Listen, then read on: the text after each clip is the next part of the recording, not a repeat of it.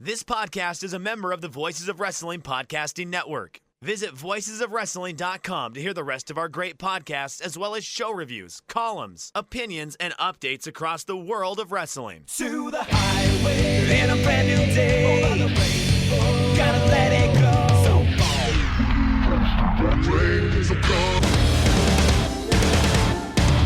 fast to finger down. Dance tonight together. Here everyone is singing.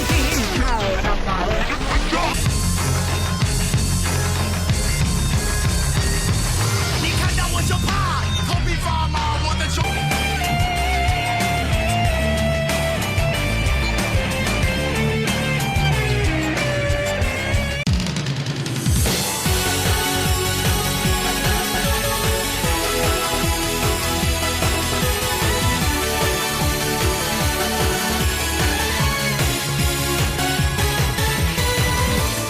Welcome back to Open the Voice Gate for February 16th, 2021.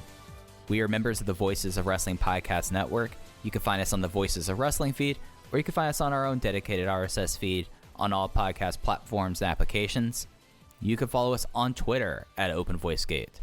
If you would like to donate to the show, click the link in the show notes. It'll take you to our red circle landing page, and you click the red box that says sponsor this podcast. You could do a one-time or recurring donation. No obligation whatsoever, but I would like to thank our previous donors. I'm one of your hosts. It's your old pal, Iron Mike Spears, joined as always by Case Lowe, my co-host and good friend. And Case, how is the cold season treating you right now in Dragongate? I thought you meant the weather. I thought this was going to be a Chicago snow discussion. Look, we can talk about weather here. I mean, I have Texas weather updates as well. Well, I will say, as it pertains to Dragongate, I felt like I was forgetting to do something all weekend because there wasn't a show, and it was kind of stressing me out. Because I have a big to-do list. I'm not a big calendar guy. I've got in my notes app, though, Monday through Sunday and kind of what I need to do that day, and that's kind of how I keep organized. I had the Dragongate USA show that I need to watch in my notes, but I didn't have a Dragongate show, and it was playing with my head all weekend. It really bothered me. So I'm excited that we'll get some Dragongate shows this weekend. As of the time we're recording this, at least at the start of the podcast, we do not have those cards, but once they are announced, we will have a brief discussion about them on Twitter at OpenVoiceGate. As for the cold season in Chicago, look, Sunday was Valentine's Day. Saturday night, I thought I had lined up a Hinge date for Valentine's Day. Got ghosted pretty bad, hurt my feelings more than I'd like to admit. And there was snow, literally, this is a shoot, brother, up to my head on these sidewalks in Chicago today as I went to the grocery store to get some essentials.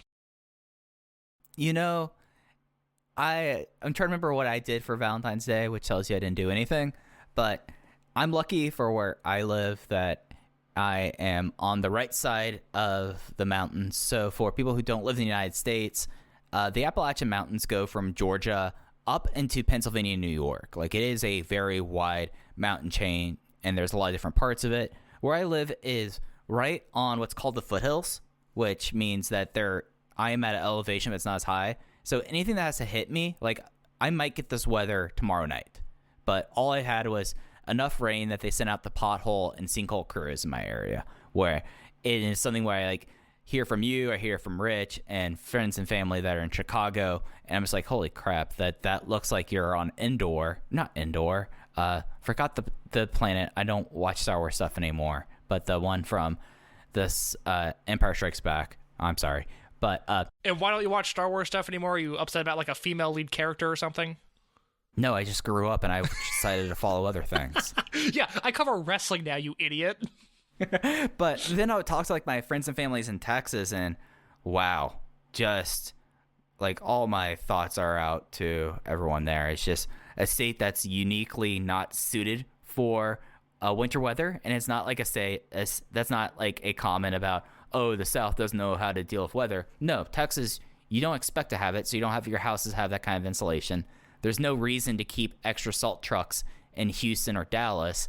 And the one thing I'll say is Texas is dumb enough to have their own electric grid, and that's an issue when stuff like this happens. So it's just it's a remarkable like feat of nature that this happened. And it's sad, and I'm just, you know, I'm glad that everyone I've checked in with is holding up, and that's all that one could hope for right now. Yeah, it's awful in Texas. Chicago, I guess, luckily, but also unfortunately, knows how to deal with this because it happens every year. I've lived here 4 years now. My freshman year of college, there really wasn't a ton of snow, but pretty much every day from February through the second week in May, it was like 36 degrees and rainy. It was as depressing as it could possibly get.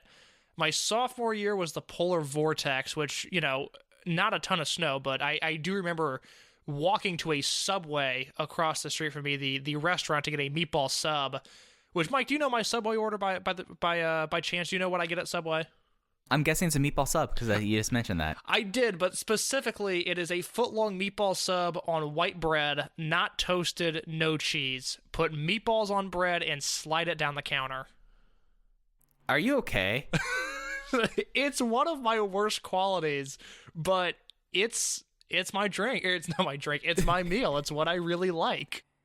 I mean, to be fair, when I go to Subway, which is not very often, but I have gone recently, I get the half foot with turkey breast, just pile on the baby spinach, put oil and vinegar on it, put it on Italian herbs and cheese, and I'm good to go. I don't want to do all that. There's too much there. I don't like it's spinach. It's good for you. No, that's fine. Look, young boy's trying to drop a few pounds, all right? I've been looking at myself lately, it's like, quarantine not doing me any favors right now. So some baby spinach will be coming into my diet very shortly. But yeah, I have a Subway meal that a psychopath serial killer would order. I know it's dangerous that's what I do, but I do remember risking it all in about a negative 45-degree wind chill to go get that that foot-long meatball sub on white, no cheese, not toasted.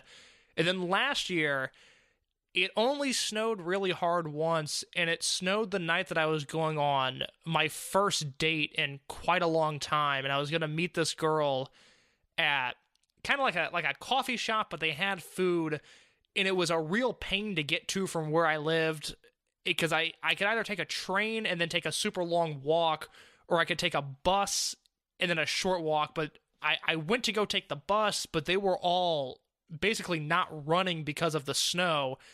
I went to take a train, and I took the train to where I needed to be, but it was like a 15-minute walk in this crazy, dark, snowy night, and so I tried to Uber from the train stop to the restaurant, but then the Uber took so long to get there.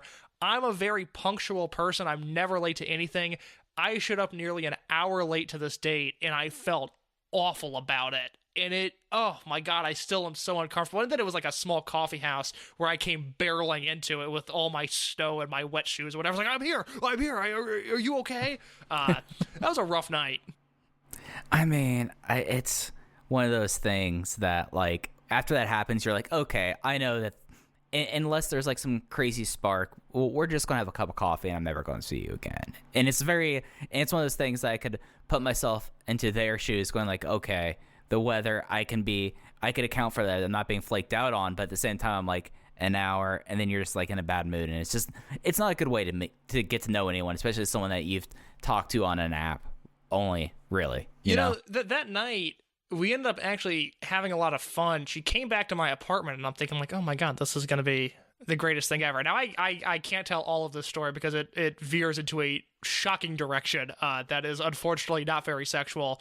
But we watched 2 movies at my apartment. We had this great night, and then the departure is where perhaps things went wrong, and we ended up seeing each other 2 more times. And by the 3rd time, we were both mutually ready to part ways.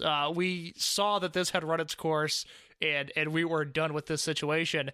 The situation on Saturday night, Valentine's Day fell on a Sunday. I had Monday off because it was President's Day.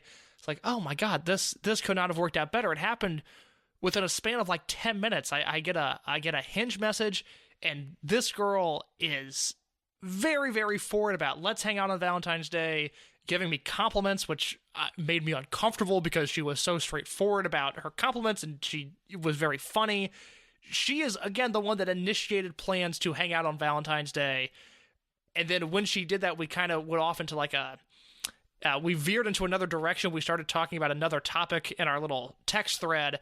And then by the time I circled back to, hey, so when do you want to hang out tomorrow?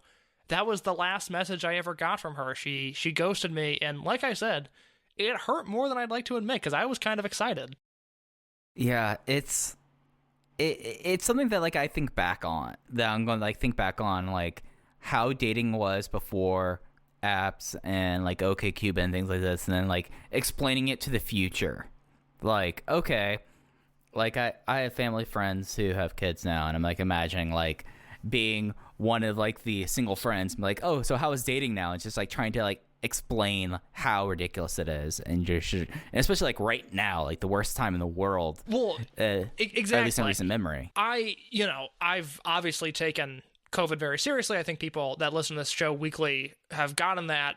My birthday was on Friday, and I had 2 friends wear masks, and they kind of dropped by unexpectedly, and I was like, oh shit, like come on up, like I'll wear a mask, we'll spread out and kind of do like a triangle in my studio apartment, but like I would like to see people because I really haven't, we're approaching a year where I really haven't been around people. And a few weeks ago I got bored, and I was like, well, I was watching the Super Bowl actually, and it became a pretty boring game pretty quickly, and I was like, you know what I'll do to entertain myself? Let's download Hinge and see what this is like. This is a new app for me. I've never been on it before. Horribly confusing at first. The layout is not great, but it has at least been nice to send some messages into the void and have a human respond, because I live alone, and although I talk to people with my job, and I talk to Mike every week, and my other podcast, I'm doing at least one interview every week, and I've still got Zoom classes for another semester. There are times, even though I like being alone, where it's increasingly lonely, and it seems like every time we get good COVID news about a vaccine or resistance to it or whatever, in America at least, I almost feel like it's 1 step forward, 2 steps back most of the time, and it's tough to see the light at the end of that tunnel just in terms of life returning to where I would like to be able to eat inside of a restaurant and not feel guilty at some point within the next calendar year. And when that starts feeling like a daunting task, then it's like, oh, let me go to a dating app real quick and see if another human wants to interact with me. And I have met some very nice people on this app, and at some point, because again, I live alone and I am in the grocery store once a week for about 15 minutes, I'm pretty positive I don't have COVID, and I would be really willing to take a risk at this point to see another person, assuming they don't have COVID. Yeah, I feel like that it's something that we all have our mental tolerance, and some people cope with it better than others, but like everyone kind of gets to a point where it's like, okay, if you're someone who takes it seriously and you're someone that has the availability that you're not having to go outside normally, it does get on, it does like grate on you, like on a certain level. And it's something that like in a way, like I was actually talking to one of my best friends on the phone, and we were talking, and he brought up so over the like we only check in with each other like every few months right now, whereas we usually see each other usually about several times a month. But he brought up like, oh, have you started any hobbies? And I'm like, hobbies, man, I'm trying to stay alive out here. Hobbies, I'm watching Dragongate USA every week. Well, I mean, like that's why I said like he is a wrestling fan, so it's like, yeah, no, and he knows like this kind of thing. I do like keeping portions of my life very separate and compartmentalized, so it's not necessarily the things that happen with like my friends in my area. But it brought up there, it's like, so you decided to watch a promotion that you really loved, and then you ended up brutally hating. Are you okay, man? And I'm like, I think I am. I don't notice anything different than usual. But it's just one of those things that I feel like that I wonder how much like the idea of positive human connections will come out of this. But then again, I look at the rest of the world events, and I wonder, is it actually going to happen, or is it just like false glimmers of hope? Well, I will say this, and I unfortunately can't speak for everybody. I will exit COVID whenever that happens. I'm hoping. There are rumors that I might be eligible for a vaccine in about 6 weeks from now, which I'm very excited at the idea of. Oh, hell yeah. Yeah, thank you to the shoot job. I know I just have learned a lot about myself and about humanity and what I would like to see going forward from this. I unfortunately get the impression that most of America is looking at this as an annoyance that they are going to be happy to leave in the past. And obviously, I would love to see live music again. It would be phenomenal. But this has been, obviously, this happens at a very influential time in my life. I had just turned 21 when COVID hit. I just turned 22 and we're still living through it. But yeah, I mean, it's just incredible to think of the mental toll that this has taken on people. And I think about like the weird relearning curve that I'm going to have with being social again, because again, I'm someone that's, I have a tremendous friend group. I have a very healthy amount of friends, I think, but I am certainly prone to wanting to be left alone from time to time.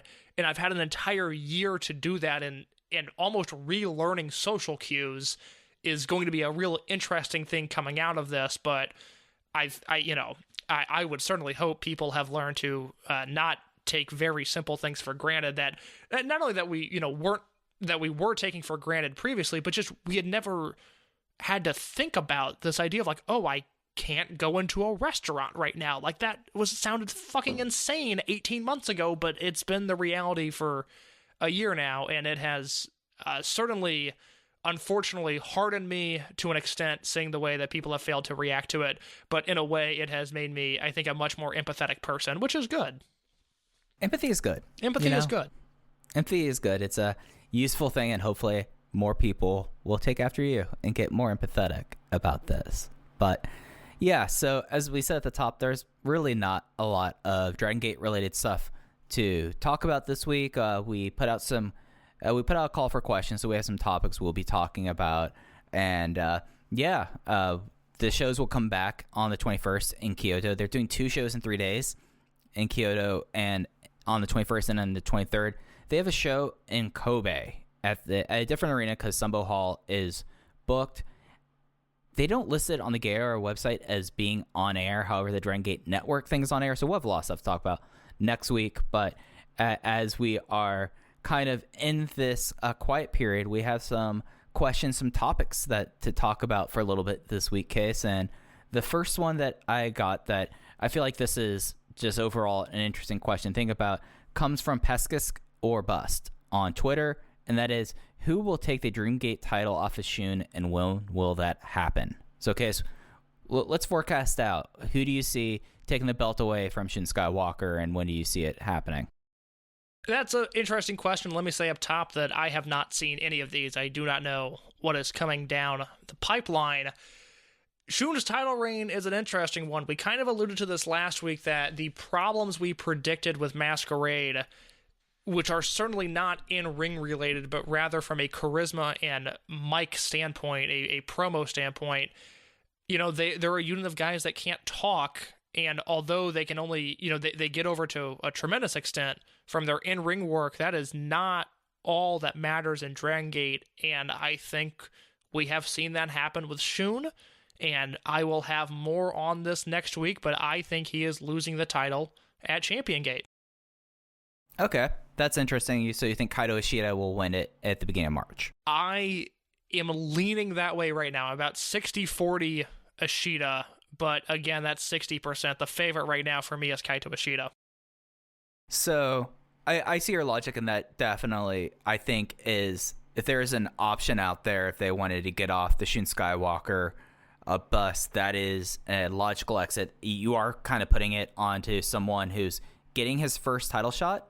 So it's kind of remarkable, like thinking about like Ada won with 0 keys in his history, and now the champion that 2 champions later than Kaito Ishida would, and it would be in his hometown too. For me, because of everything, they did not have that usual February cork and title defense, and that makes me wonder if he's going to get. I think I'm 50-50 with Kaito Ishida retaining, so he gets his second key, but I don't think he will be champion for much longer after that. I don't know with what they're going to do with the cage. If he's in the cage with the title belt and that's put at stake, I could see him losing it at the cage. I could see them pulling that, but I also could see them, if they decided to have this to make up the fact that they did not have a February cork and title defense, I could see any time before basically the start of King of Gate that Shun Skywalker loses the title too. And it's a shame that, like, I'm doubting Ishida because I feel like Ishida would be the perfect person if it wasn't for the particulars of the situation, right? Yeah, I think that's a fair way of putting that. So if I were to guess, so our past like 5 champions were Ada, Naruki Doi, Benkei, Pac, and Masato Yoshino. And you look at that, you look at who hasn't had it. Question goes towards Yamato. Like, as much as Yamato as Dreamgate champion does not necessarily enthuse me with my history of thinking of Yamato as a Dreamgate champion, he's been away from the belt since, when was it? Mochizuki won it against him at Dangerous Gate 2017, September of 2017. So we're coming up on 4 years without him having the title run. Yeah. And I could see that happening because that also means that if you want to finally blow off him and Kai, you can do a title match that way. Kai has never had a Dreamgate title shot, and it's kind of suspicious at this point that he hasn't had one. So I could see I assume Yamato's going to be in the cage of Kai. I could see Yamato winning the title in the cage if that's an option.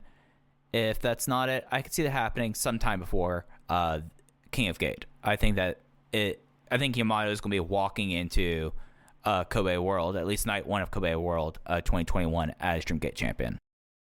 It is really hard to counter that because you look at the units right now, and Eita, I think, is a safe bet to not dethrone Shun. They're giving the title match to Ishida, which, I legitimately think at this point he'll come away with a win, but that's by no means a guarantee. Boku, Shimazu's not challenging for the title, at least in this current state. I would love to see a Doi versus Skywalker match, but I don't think Doi would win that. Let me look that up. I don't know if we've ever had a Doi versus Shun Skywalker singles match, and that is something that sounds very fresh and very exciting. And then you look at, just the other guys involved. KZ is obviously a threat. You've got the history of KZ versus Skywalker at World 2019, but KZ won that match, so I don't see the story of those two getting... I guess I see the story of those two getting even rather than KZ going 2-0 in that spot. You mentioned Yamato. That's a safe one. Yoshino's out of the question. It'd be, Kondo versus Skywalker would be cool as hell, but Kondo's not winning the belt. Mochizuki versus Skywalker. Assuming Skywalker beats Ishida, I would really like to see them do a Mochizuki versus Skywalker match. That is something that you could put at Dead or Alive if you wanted to do a Dreamgate match underneath the cage. Those two had what I thought was one of the 10 best matches of 2019 at King of Gate 2019 in May of that year. That match was unbelievable and underrated. I might have been the only person that voted for that in my top 10 that year. Did you have it? I didn't. No, I did not. But I think I had that, at 4.25. But that's probably in the moment. But looking back on it, that was such a remarkable thing, especially with the top rope Ashla winning the match. Yes. Yeah, there's a bunch of crazy stuff in that match. And just to circle back real quick, Doi and Skywalker have not had a singles match, and that needs to change. That would be a lot of fun. So that sounds like a Dangerous Gate match. If he holds the title through, then I mean, Mr. Oda. Yeah, that is something that I would like to see. I guess it's crazy. You look at their cage matches; they haven't touched since 2019, November of 2019, just because Shun wasn't around last year. Then Shun came back and Doi got hurt. They really have not been in the ring much together at all. Only 31 matches between house shows and televised appearances. Which is not a lot. No, not at all. That's since 2017, so they didn't touch for the first year of Shun's career, really. So, anyways, I think Yamato is a super safe bet. That unit with Yamato, Dragon Kid, Benkei, and Okuda, as it stands right now, is super weird. I don't really know what to make of it, but I do think they get a built-in, an automatic sense of direction if Yamato becomes Dreamgate champion while being the face of that unit. Yeah, and you brought Mochizuki. If this was a cyber fight promotion, Mochizuki's winning that title, right? And, do I want Dragon Gate to be sold a cyber fight? No, but if that's the result, I'd be open to being talked into it. I may not be a 50-year-old wrestler. No, that's not fair for me to say about Yun Akiyama. Never mind. You could see my logic about the statement I was about to make there, Case. Look, I've never been a Muto guy. I'm not even a big Prime Muto fan, and I have not had a chance to watch that Noah show yet. The sickening thing is, not only is Akiyama the DDG champion now, sorry, spoilers, but get over it, I am kind of becoming a DDT guy again. Now, I can't do their comedy nonsense. Their booking, I've never totally been able to understand. Like, Dragongate's booking patterns, I understand. I know what those cards look like. Every DDT cork, and I'm like, wait, what's happening? Who's this now? Why are they doing this? But I've really enjoyed the in-ring in DDT lately, which makes me sick to my stomach because I wrote that promotion off a few years ago. But, Noah's booking is atrocious, but Nakajima is one of the best wrestlers in the world. Shiozaki was one of the best wrestlers in the world last year, and Kano can deliver the hits, certainly. But I'm kind of thinking I'm going to be watching a lot of DDT this year. If they're pushing Sakaguchi and they're pushing Akiyama, I'm going to have to do it. You bring up DDT, because we've had this dead period. This is actually something that popped in my head. So you've been watching more DDT. I've been watching a lot of Tokyo Joshi Pro. So it's funny you mentioned that, because I was going to talk to you in a few days. I would like to at least watch the hyped Joshi stuff in 2021. Has there been anything from either Stardom or Tokyo Joshi Pro, or I guess elsewhere, I don't know what exactly you watch, that I need to check out right now? So I'm a Joshi normie. I'm not Aaron Bentley. I do not watch Seedling or Marvelous. Well, we both know we're going to get to this. Tokyo Joshi Pro just has like this it's a very pleasant show. The one show I'd say that was pretty remarkable was their Ideon show on January 4th. This was just their second Cork and Hall show. And one of my favorite wrestlers, but I'm not saying that I think that she's a great wrestler, but she's one of my favorites is, and you maybe could guess one goes, is Yuki Kamifuku. And she had a title match on the Positive Change show that was really good, that I really enjoyed. But I also find Yuki Kamifuku very funny. Like, how familiar are you with Kamiyu other than me making oblique references? Oh, literally nothing. Okay, so she is the tallest person in this promotion by a good margin. She is a gravure model, which is beauty / like pinup model in Japan. She spent a significant amount of time in Ohio, living in Ohio as like a transfer student, and she was the one that used to come out to Old MacDonald Had a Farm. Like, if you've seen people like tweet about that, but they changed her theme now that she is the international princess champion, and her new theme is called Flaky Queen because that's kind of her personality in a way. But she had like this really fun match. I'm going to mispronounce her opponent's name, so I'm going to look it up right now. And this is how much of a Joshi normie I am. I did watch all of the AEW Women's Eliminator Tournament first round matches, and it was a fun time watching that. But so the person that she faced off against, God, I wish that I was able to like read this site a lot easier, but I had to scroll for a second. It was, gosh, how many like things have happened since then?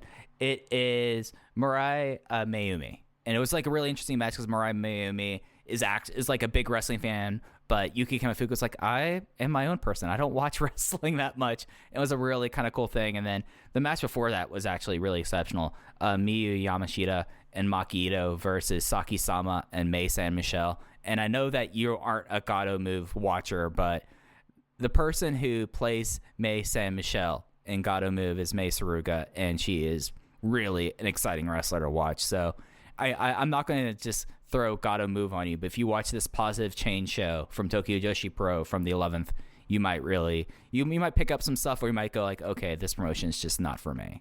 That's huge. I will check that out. My only contemporary Joshi knowledge is that for the past year, DDT has been booking Kazusada Higuchi, Yukio Sakaguchi, and Saki Aki in a trio. And Eruption. Yes, and Higuchi and Sakaguchi are my two guys in DDT that I wish would leave. I've always been a big Sakaguchi fan, and Higuchi is universally loved.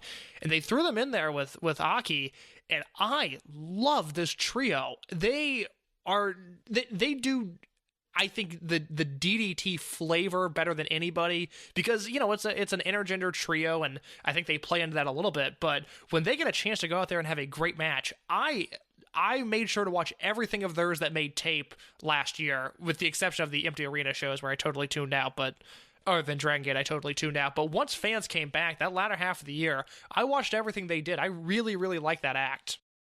Didn't they win the KOD 6-man titles from Strong Hearts? Yes, that is how I got turned on to them, because I was watching the Strongheart stuff, and then I saw what they were doing there, and I liked that, and I followed it throughout the remainder of the year. Yeah, no, that all lines up then.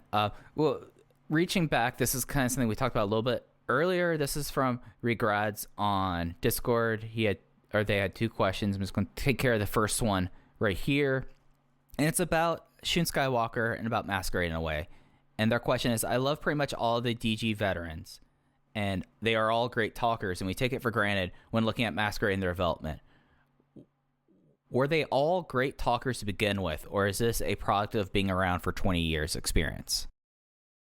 Mike, this is probably more of a question for you. I think you're a little bit more tapped in to this side of things. The only thing I can really add to this is that specifically for Shima and Mochizuki, by the time he hits Torimon, they are so naturally charismatic that my assumption is that they've been good promos from the start. I mean, Shima in 1998 Michinoku Pro is one of the most charismatic wrestlers I've ever seen. Again, you watch Mochizuki in War, maybe not so much, but by the time he gets to Torimon and M2K forms, he kind of has his act down. Yeah, and it's something that, like, those two had natural charisma, or at least they tapped into something. Like, an interesting person to talk about with this is Naruki Doi, who basically, he existed up until Blood Generation, then he played a heel through Muscle Outlaws, and then World 1, but he was not known as being, like, a specifically charismatic person. Like, he would cut good promos, but not as specifically charismatic. But when he turned heel after World 1 International, he really kind of tapped into it through Mad Blanky and Berserk, where he became one of the funnier promos in the company. And a lot of it was that he would just rile up the crowd by going, oi, oi, oi, nashi, oi, oi, oi. And the crowd kind of really got on his side. And that's when the Doi-chan kind of chant started up there. So some of it is natural. Some of it is developed. Yamato was known as someone who just talks a whole lot, but the crowd kind of got into him. But for the most part, for like the younger wrestlers, they try to develop it, or at least kind of shepherd them, I would say, as I do like a hand gesture as I'm like shepherding sheep. But a lot of that is through Prime Zone. And a lot of the younger, more talented mic workers used to be the interviewers and the PA for Prime Zone. Like KZ was it, Kaido Ishida was it, UT was it for a long time, Kotoka. And the most recent one, Case, you know who the last interviewer was for Prime Zone before it went dark? I don't think so, just because it's been so long now. Kota Minoura. Interesting. So they were trying to build up Kota Minoura to be a mic talker. So Minoura, he closed out the July 12th, 2020 Osaka show where he got the big pinfall in the main event. That's what really kickstarted his push. He closed out that show with a promo, I believe. It's either that show or the next month that he did that.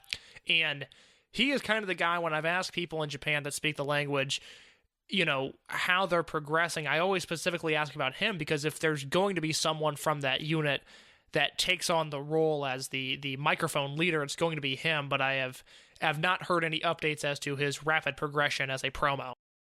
Yeah, so like that's supposed to keep an eye on. It's just, some people are naturally charismatic, and some people are good with a microphone, and some people aren't, and it's easier now because there's not someone who's willing to kind of bite your head off if you're a bad promo.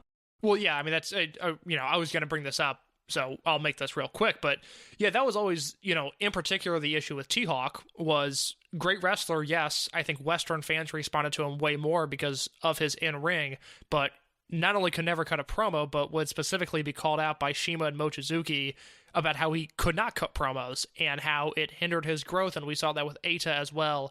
And the one millennial that never really had an issue with that was Al Lindemann, who, even dating back to his days as Yuga Hayashi, I mean, I knew from the start. I watched his debut match. I said that person is going to be an important player in wrestling in one way or another.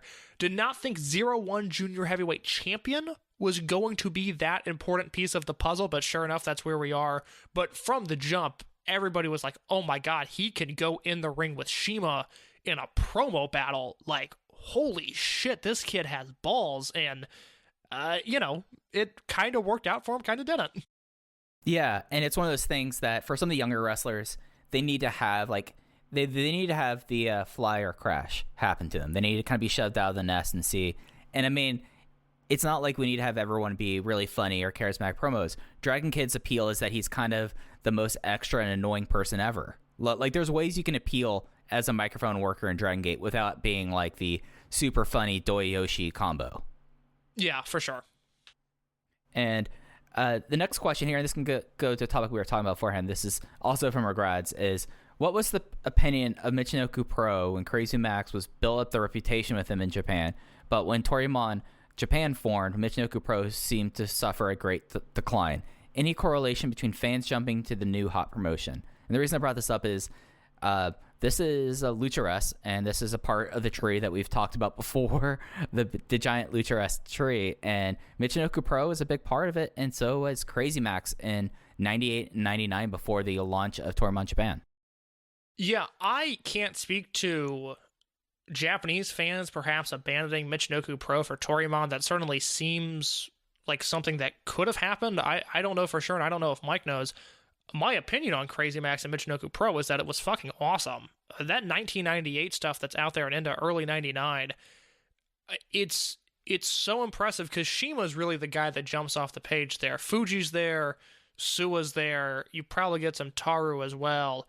But you watch Shima, even dating back to 1998, and he jumps off the page as the next evolution. I mean, he's kind of doing the Taka Michinoku act, but, you know, arguably doing it better. I mean, I watched some Taka this weekend for Michinoku Pro, and I was like, oh my god, I forgot how good Taka was at one point. But yeah, it's something that I'm a big fan of. I was talking, I think, with Rob Naylor recently about how I weirdly think perhaps the two most singular, interesting years of Shima's career are 2018, when he jumped to Wrestle 1 and became a freelance guy, and 1998, when he's in Michinoku Pro. And obviously the 20-year gap in between is great, but just in terms of, like, wait, what's this guy doing? This is super compelling stuff.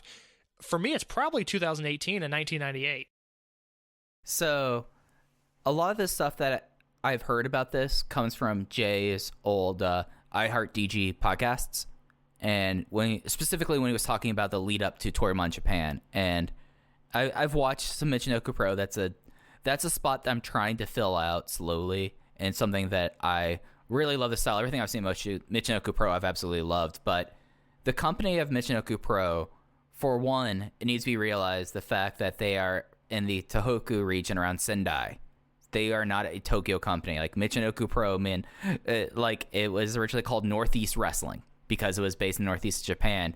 And when they lost Kaientai DX, when all of them left and most of them went to WWF, Kaz Hayashi, of course, went to WCW, that was a huge hole, because whenever they would come into Tokyo, people wanted to go see Kaientai DX versus the remainder of the Michinoku Pro home army. And when they lost Kaientai DX, and the thing about this that I don't think that people, unless you go back and watch Michinoku Pro, you don't know, Kaientai Deluxe was a heel unit. It was a huge heel unit. So there was a huge void there, and Great Sasuke brought in Toryumon, brought in Crazy Max, and he formed like this heel unit called Sasuke Gumi that Crazy Max was a part of. So they filled in a void there, and when Toryumon formed, like Toryumon West Japan, like different parts of the country in a lot of ways, but I think it did help. It did hurt Michinoku Pro, but I can't definitively say like that is one of the major reasons of Michinoku Pro's decline, because Michinoku Pro's decline started before Toryumon came in, when they lost all of Kaientai Deluxe. Yeah, it's weird looking at the massive turnover from shows in 97 compared to even shows in 98 and 99. It's a totally different roster, and that obviously had the people leaving had a bigger effect on the state of that promotion than the people coming in the case of Shima and Crazy Max. Yeah, and it's one of those things that you kind of got to see, in some ways, the two big branches of the Luchares tree kind of form there. I mean, of course, the start of that, Gran Hamada and Hamada's Universal, but most of the people who went from Universal ended up in Michinoku Pro. And then you had Yoshihiro Asai, who was already Ultimo Dragon at that time, did his own thing and went more into WAR, went into New Japan with the Super J Cup, or the Super J Crown, and then also into Mexico and the United States. So it was kind of like reforming in a way that it all really starts with Gran Hamada. Yeah, Mike, are there more questions related to this topic, or do you want to have a brief Hamada discussion right now? That's the only topic I came in with, was I wanted to briefly talk about Gran Hamada. Well, I brought this question so that'd be a good segue into Hamada. Great. So, Okay, I wasn't sure if there was anything down the road.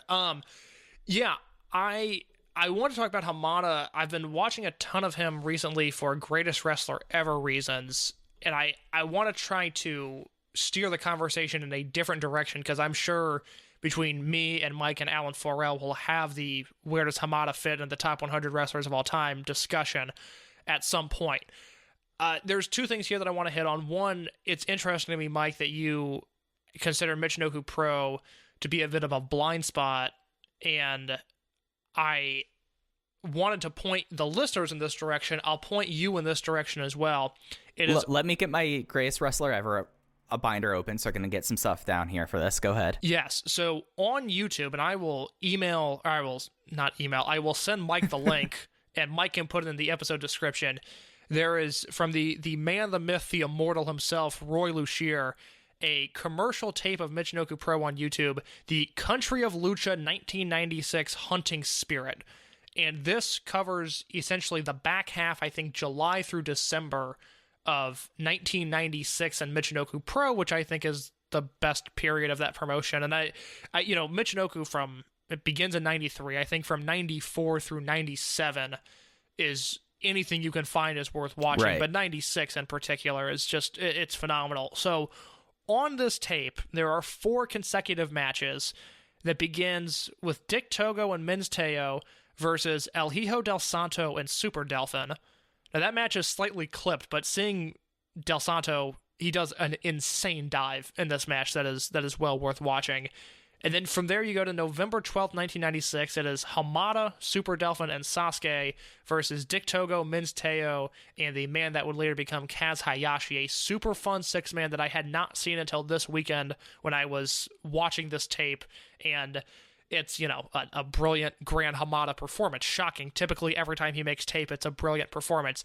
There is the next match, the 10-man tag team elimination match. This is unfortunately slightly clipped, but it's Kai and Tai against Hamada, Gran Nanawa, Super Delfin, Great Sasuke, and Tiger Mask 4. This match rocks. And then it all leads to December 16th, 1996, Kai and Tai versus Hamada, Nanawa, Delfin, Sasuke, and Masato Yakashiji, who is, for my money, one of the best babyfaces in pro wrestling history. I really wish wrestlers on the independents now would study what he does. I think they could learn a lot from Masato Yakashiji, but unfortunately, I don't think people are diving into these Michinoku tapes. Mike, this last match, this December 16th, 96 match, it is the best match in Michinoku Pro history. It is better. Really? It is better than the 10-10-96 these days tag. I think it's the same guys, but it is.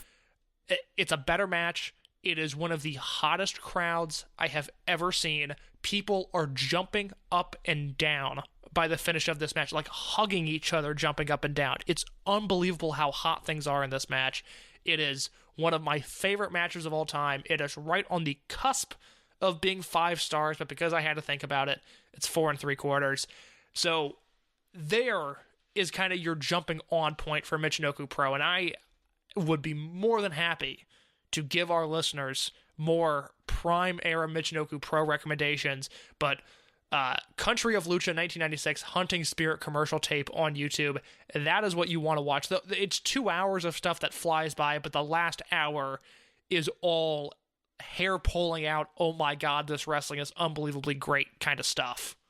So you like that more than the These Days tag? Like, I've seen the These Days tag, and I've seen all the Crazy Max stuff. I just haven't gone back and watched this. And of course, I've been watching Hamada's Universal lately. Which I did not realize there was as much Hamada's Universal out there as there was. There's a lot of that stuff on tape, and in relative broadcast quality too. I kind of thought it was mostly fan cams, but if you dig deep, you can find a lot of Hamada's Universal stuff, which was essentially the predecessor to Michinoku Pro, which was the predecessor to Osaka Pro and Toryumon and Dragongate. And I've got one more question to ask Mike about Hamada in a minute. But yes, this December 16th, 1996 match, it is my favorite match in the history of the promotion. I believe Alan Forel feels the same way.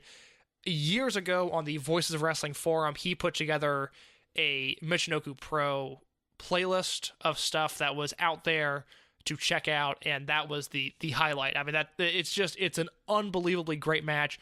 Specifically, Hamada is brilliant in it. Dick Togo is great throughout this entire commercial tape, and obviously I hate what he's doing now, but Dick Togo, for those that don't know, was once a brilliant professional wrestler. So I would point you in that direction. Is there anything you have to add on Michinoku Pro before I go to another Gran Hamada topic?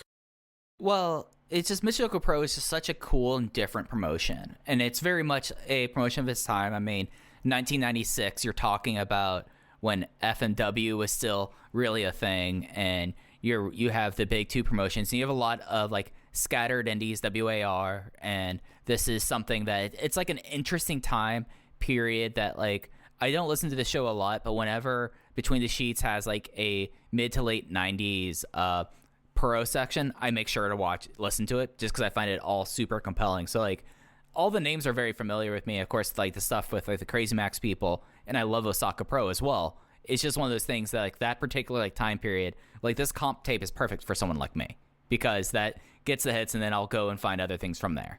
Yeah, there's a ton of Michinoku Pro out there for free, and I feel like I'm really disconnected from a lot of wrestling bubbles right now. I don't really have a good feel for what people are watching and what they aren't, but I don't feel like people are necessarily diving into the Michinoku Pro archives right now. There's a lot of stuff on there on YouTube, let alone Daily Motion and the Ditch site and wherever else. There's a lot on YouTube that I think is really enjoyable, and if you have any basic understanding of the way Dragongate operates, you can parachute into a Michinoku Pro show from this era, and you'll be able to figure it out very quickly, kind of what's going on and who's who and what roles they play, because it's all, in a sense, very cyclical, which is why I think Gran Hamada is such an interesting wrestler. I am obviously a huge proponent of Tatsumi Fujinami.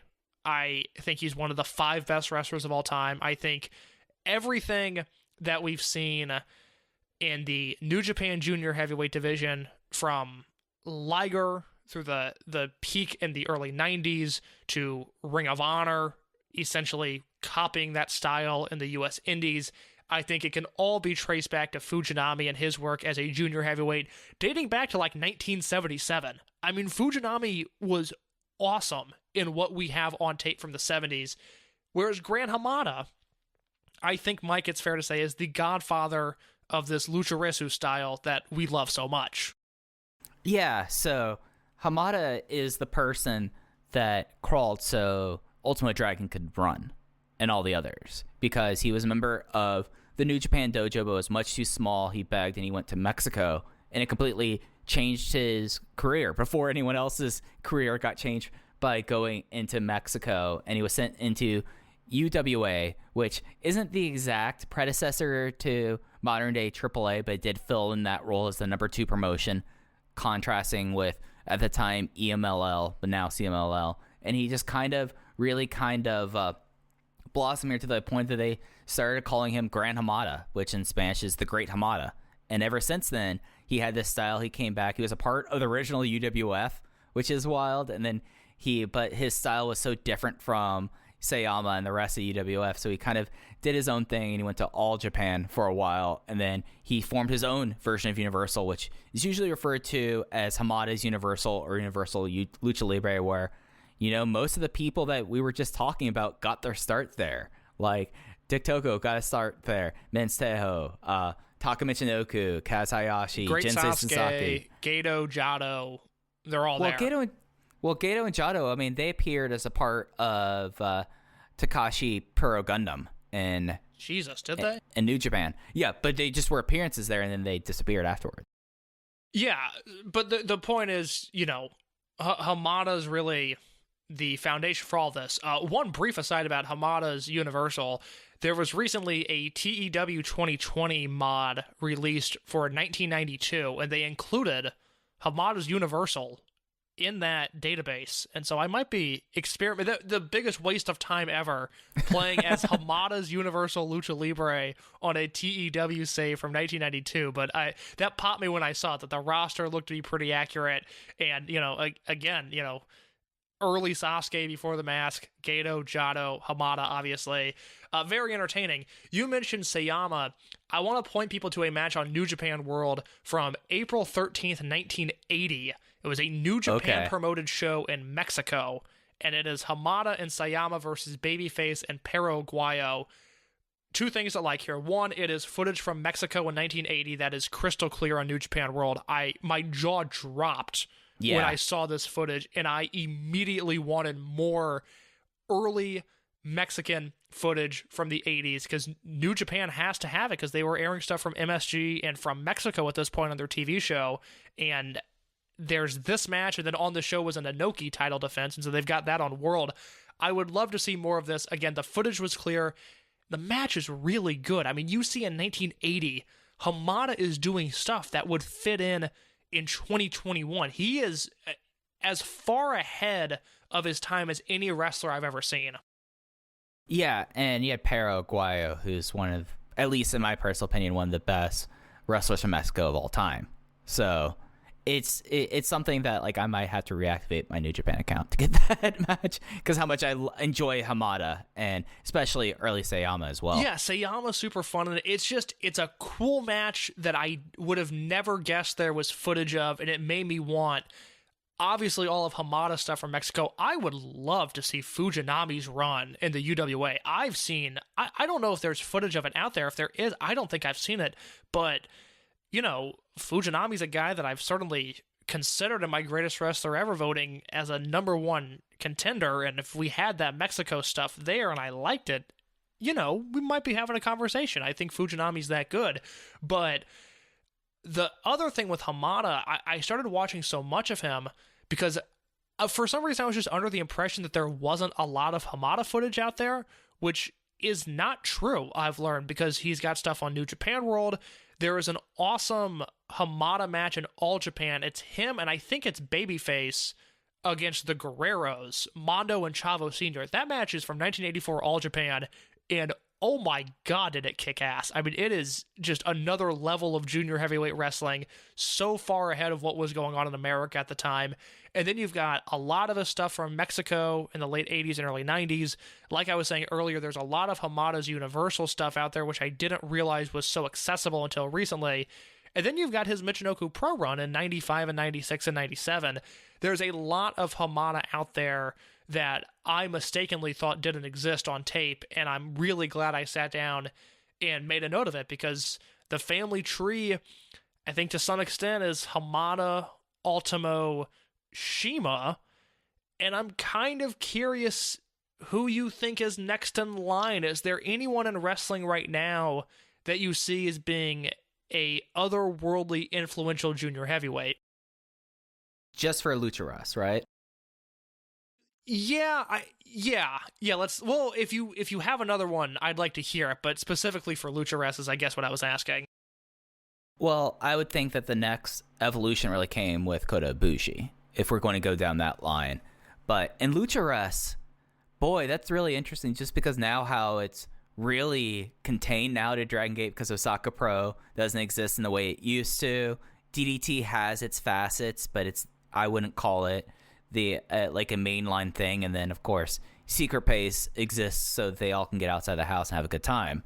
So, honestly, I would think the next person would have been Masato Yoshino. And then after Masato Yoshino,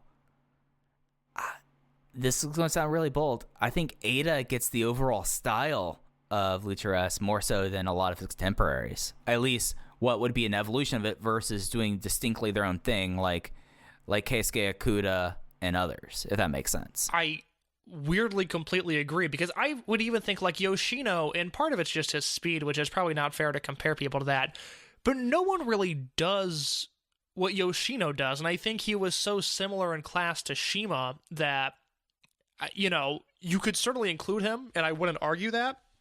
But in terms of a definitive style change, which I think happens from Hamada to Ultimo, and then from Ultimo to Shima, Eita is weirdly included, I guess, because he took what Yoshino was doing with T2P, he added it to the modern Dragongate style, And you've seen that trickle-down effect with guys like KZ and UT now that are wrestling a style that Eita really brought to prominence in the summer of 2016.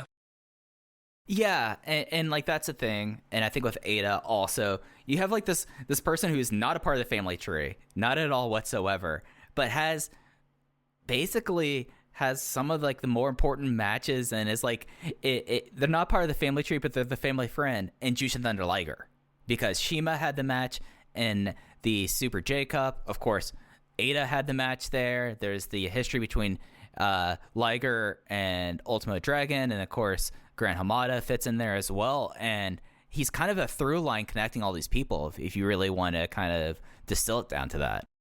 That is a tremendous point, and I weirdly think that strengthens Eita's case. If you have an opinion on this, if we're forgetting somebody, please tweet at us at OpenVoiceGate. Let us know who the next crown holder in the lineage of Lucha Res is. And yeah, I don't know. The other point I wanted to make on that was, I guess if you expand it to just junior heavyweight wrestling, and I guess, you can kind of draw the fork in the road there of the Hamada style versus the Fujinami style, which is purposeful because they came in together. Mm-hmm. The other side of things is, I don't know. We haven't really tracked that lineage. It's something I would like to sit down and do to kind of figure out just where things evolved. I am very curious to see within the next few years where that Darby Allin, Hiromu, kind of ragdoll reckless style goes. I would like Dragon Lee, another one. Yeah, I would, and I think Shun Skywalker was that. I don't think he's that anymore. I think he's grown out of that. But I think if you watch the first really 3 years of his career, kind of everything through that All Japan tag run he had, that was kind of his deal, was like, oh, is Skywalker going to die in this match? Is he going to slip off the top rope and fall on his head? Like, that was a legitimate fear that we had.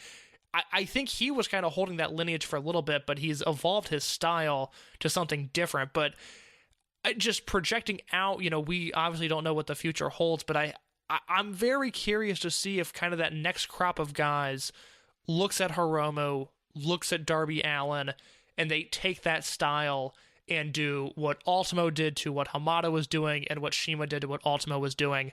I would like to see if that is kind of what hits this next generation, or if there's something else that I'm missing that people really respond to in the future.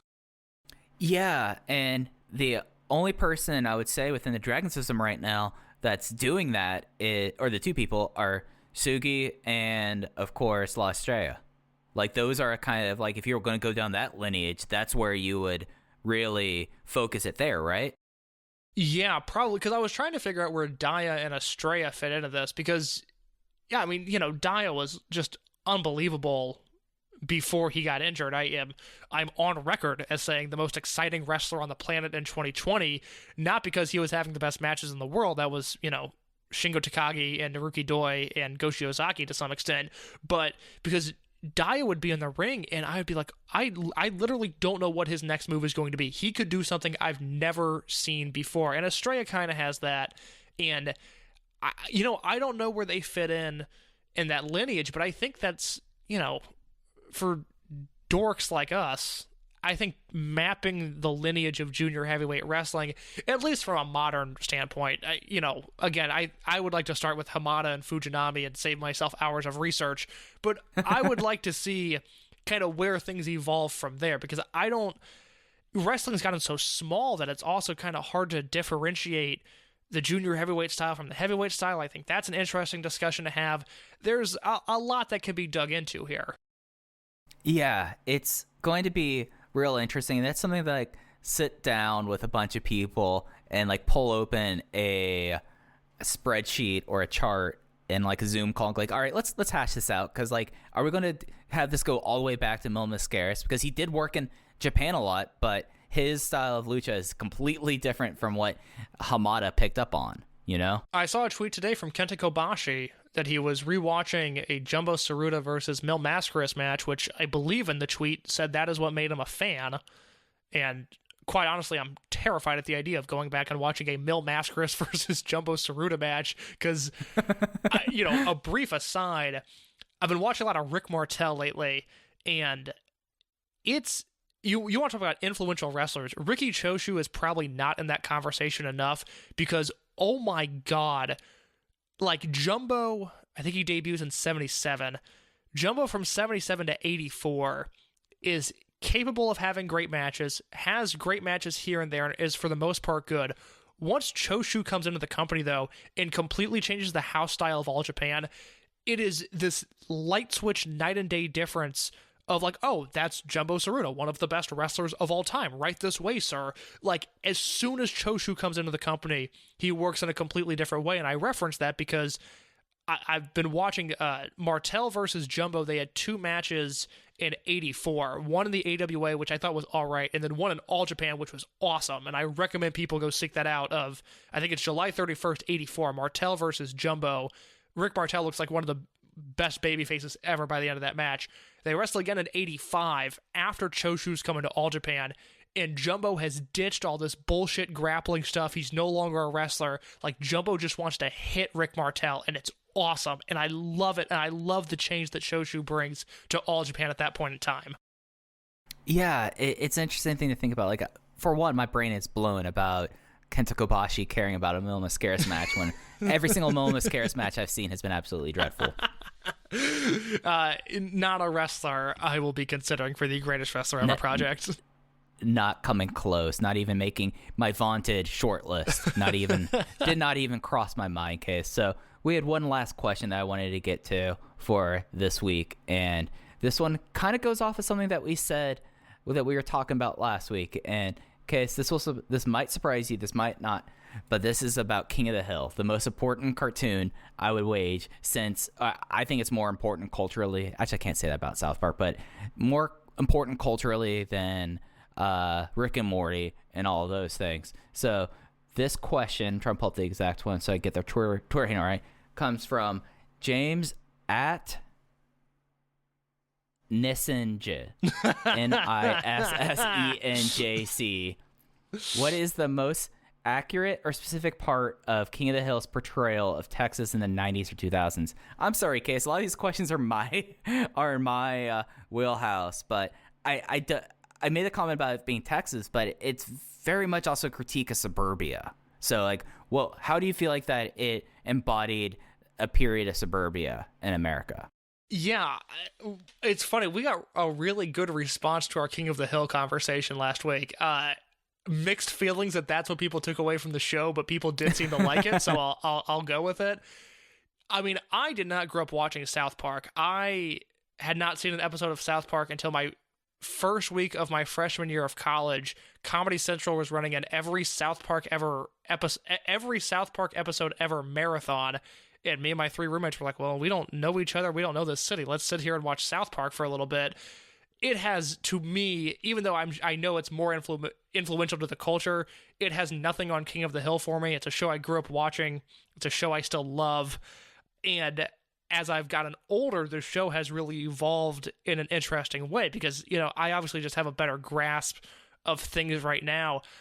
I think one of the more interesting episodes they ever did, and I think this kind of relates to Texas, I don't know, I've only been to the Dallas airport once, is season 9, episode 5, Dale to the Chief, where Dale rereads the Warren Commission report. Yes. And is stunned that the government was right about who killed Kennedy, and Dale becomes increasingly pro-patriotic throughout the episode, and it's stuck with me. It's like, man, that is really good writing. Like, there's just a bunch of funny stuff in here that Dale's character does that I really like, and I think it's, partially Texas, partially suburbia, partially, I think, really good satire of American culture, which I think, hopefully we could get back to doing, because I think just America as a whole was a parody for 4 years, and now it's like, okay, we've all taken a deep breath. We can kind of rationally analyze some things that are going on now, and I think Dale to the Chief certainly had that power back in January of 2005 when that episode came out.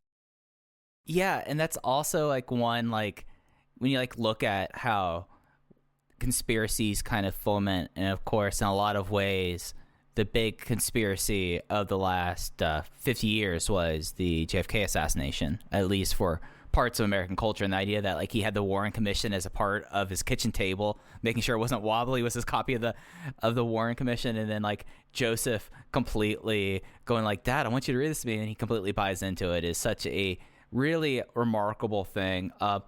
The episode that really kind of peeks out to me is the episode where I forget the exact title of this. I'm not really good at this guy in titles. Case you might remember this. It's the episode where they start paying Pee Wee football, and it's such a bad experience for Bobby that he goes and joins the soccer team, and that is because Hank brings his high school coach to go coach them, and his answer to everything is just take a salt tablet. Yeah, and like the whole idea there, because I was not someone who played, at least this is like one that like personally resonated with me, because I did not play football or tackle football, American football, growing up, because I am 5'8" and 150 pounds. And in Texas, I can do kicks and I can be a receiver, but guess what? If I'm going to be a small receiver in Texas, what's going to happen? I'm going to get clobbered a whole lot, and I get concussions enough as is. I don't need to add that to it, but I played soccer. And it was always kind of one of those things that in the over macho Texas, and it's still part of the culture there, was like, oh, you're less of a man for playing soccer versus football. And that was like really played up upon in that episode for comedic effect, not like necessarily like attacking people's masculinity there. But it was just something that it resonated with me. It was like the first thing that kind of popped in my mind, because the team's name was The Breeze. And I've played against my fair share of teams that were like The Breeze or not. And then, of course, like the election episode where, and this is a very big cultural thing, especially with like a certain generation of Texans, the one where George W. Bush gives Hank Hill a weak handshake and he can't vote for him for that. I know a lot of Hank Hills growing up, and a lot of them really were like, you don't want to crush people's hands, Mike, but what you want to do is you want to give them a nice, firm handshake to know that you can trust them. And the idea that Hank Hill couldn't trust George W. Bush because he had a limp handshake. That, notoriously the episode where Luann votes for the Communist Party, later became a Twitter hero 20 years after that episode was released. I had a priest growing up that was very specific about the way I shook his hand. I realize saying that out loud now that I need to make it clear that is all that happened. Was I had a priest that was just very specific about the way that I shook his hand, and he taught me how to give a good handshake. That is all that happened. I want to make that abundantly clear. And the episode that you referenced was Three Coaches and a Bobby, season 3, episode 12. My favorite line for that being Hank complaining about soccer to Bobby, and Bobby saying, "Why do you hate what you don't understand?" That's a great line. I remember that line. I didn't remember it was my episode. Why do you hate that you don't understand, Dad? So yeah, it's an American institution. It is one of the funniest shows I've ever seen, even though the last few seasons are pretty rough. And it is on Hulu in America. If you would like to watch some Michinoku Pro, watch some Gran Hamada Rex that I threw out here, and then at the end of the day, unwind with some King of the Hill. I mean, another great episode is the episode where Bobby picks up smoking. yeah, that's a good one. It's just an all-time, like, it is something that, like, Mike Judge has done a lot of works that people think accurately portray periods of time. Silicon Valley, of course, with the tech boom, Idiocracy. Everyone says that's what the last 4 years were, but the most resonant one by far is King of the Hill, and I think that's the one that most withstands the test of time. Like, have you tried to watch Idiocracy anytime over like the last few years? No, I've never seen it. It has its funny things, but its humor is more an absurdity rather than actual satire, which is what King of the Hill does so well. Yeah, I have been too busy, I guess, rewatching King of the Hill and Beavis and Butthead, which is one of the funniest shows of all time. Oh, absolutely, absolutely. And I did check the Dragongate official blog that they post everything in Japanese before it comes out in English. We do not have any cards for this weekend. So, okay, so I think that's going to do it. We went a little longer than I expected. I thought we were going to go 45 here, but we started talking about how COVID has changed us, Gran Hamada, talking about mic workers, talking about King of the Hill. Overall, I had a good time. This is like one of the best episodes we've ever done. This was super fun. Yeah, so unless you have anything else you wanted to hit on before we get out of here, Chief, let's do it. No, it's late. I have to go to bed. Yep. All right. So thank you all for listening. We'll be back next week with actual shows to review, as they will be having 2 shows in 3 days in Kyoto KBS Hall. So at the very least, it's going to be a very pretty show, even if the cards don't necessarily hold up. But that will do it for Case and I. You can follow the podcast at Open Voice Gate. You could follow Case at _ in your case, and you can follow me at Fujiheya. But for Case, I'm Mike, and thank you for listening to Open the Voice Gate. We'll catch you next time. Take care.